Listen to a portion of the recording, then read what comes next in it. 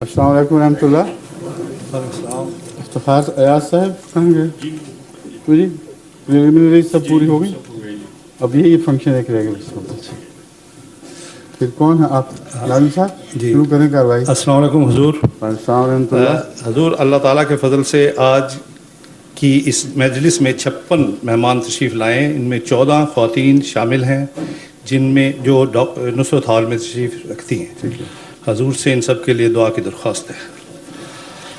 حضور پہلا سوال مہدی حسن صاحب جو اسٹریتھن سے یہاں تشریف لائے ہیں وہ ان کا ہے. وہ خود یہاں نہیں آنا چاہتے کہ اللہ تعالیٰ کی وحدانیت اور اس کے وجود کا سب سے بڑا ثبوت کیا ہے؟ سب سے بڑا ثبوت تو انبیاء ہی ہیں. ان سے بڑا ثبوت اور کوئی تصور میں نہیں آ سکتا. ویسے تو ہر انسان خود بھی ایک ثبوت ہے.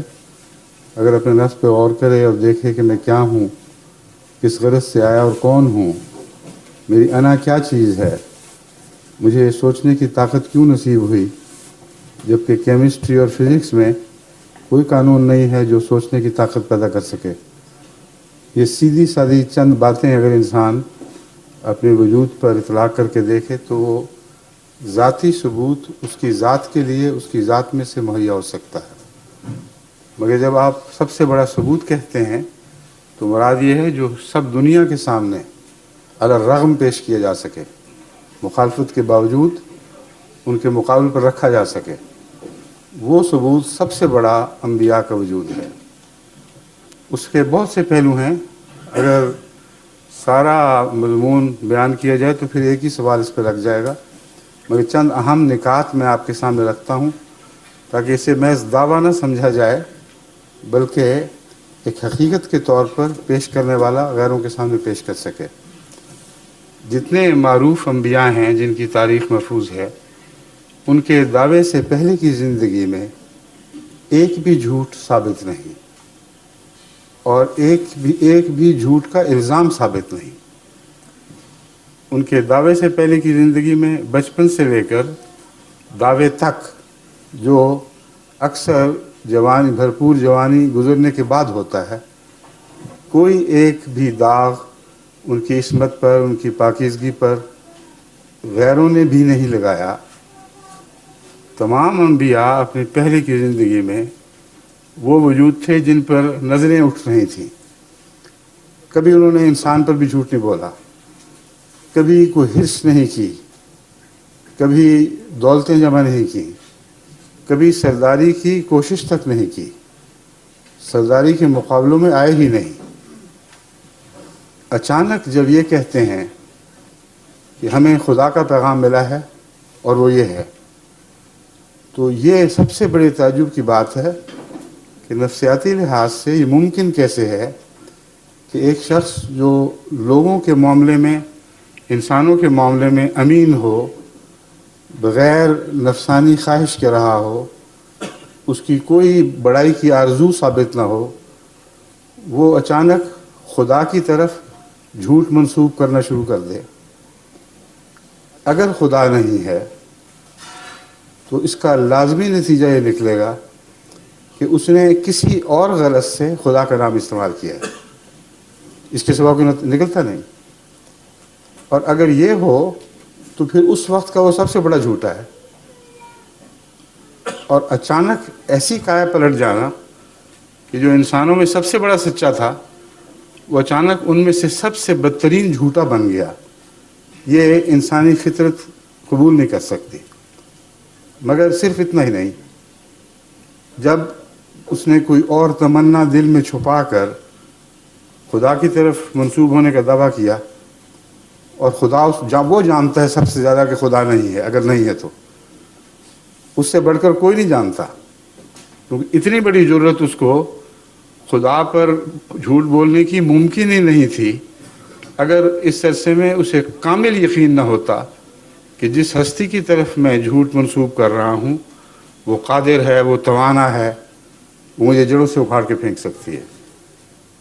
تو وہ وجود جو دہریت کے اس سفر میں آہستہ آہستہ آگے بڑھتا ہے وہ دہریت کے نشان پیچھے چھوڑ کر چلتا ہے.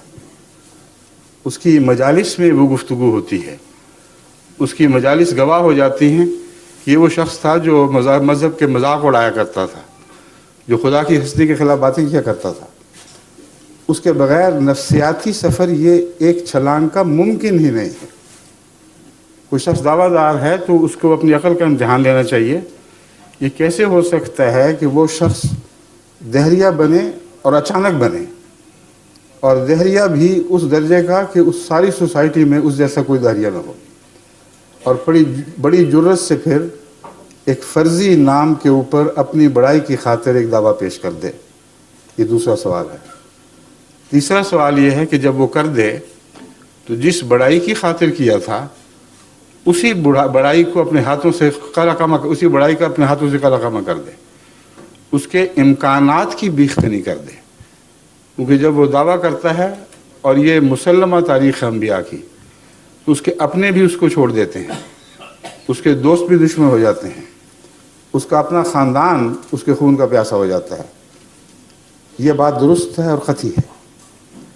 تو پھر جس مقصد کی خاطر اس نے دعویٰ کیا تھا، اس مقصد کو اپنے ہاتھ سے اس نے پارا پارا کر دیا. پھر سوچتا، فکر کرتا کہ خام خواہ ایک مصیبت لے بیٹھا. آج کے زمانے کے سیاستدانوں سے نہ صحیح، اس زمانے کے سیاستدانوں سے سبق لے لیتا کہ ایک بیان دے کر جب متوقع رد عمل نہیں نکلا تو توبہ توب کر کے واپس جاتا کہ نہیں، میرا تو مطلب ہی تم نہیں سمجھے. میں نے کب کہا تھا کہ مجھے خدا نے کچھ بنایا ہے اور خدا نے مجھے ایک مقصد کے لیے کھڑا کیا ہے. اکیلا ساری سوسائٹی کے خلاف، اپنوں کو غیر ہوتے ہوئے دیکھتے ہوئے، غیروں کو اور بڑھ کر دشمن بنتا ہوئے دیکھتے ہوئے اس دعوے پہ قائم رہتا ہے. کون سا سہارا ہے جو اس کڑے وقت میں اس کا ساتھ دیتا ہے؟ اگر یقین نہ ہو کہ خدا ہے تو یہ ممکن نہیں ہے کہ وہ یہ کردار ادا کر سکے. پھر دعوے یہ کرتا ہے کہ میں ایک رہ گیا ہوں بس، اور میرا خدا میرے ساتھ ہے. تم زور لگاؤ، ساری طاقتیں استعمال کر لو، تم مجھے مٹا نہیں سکو گے.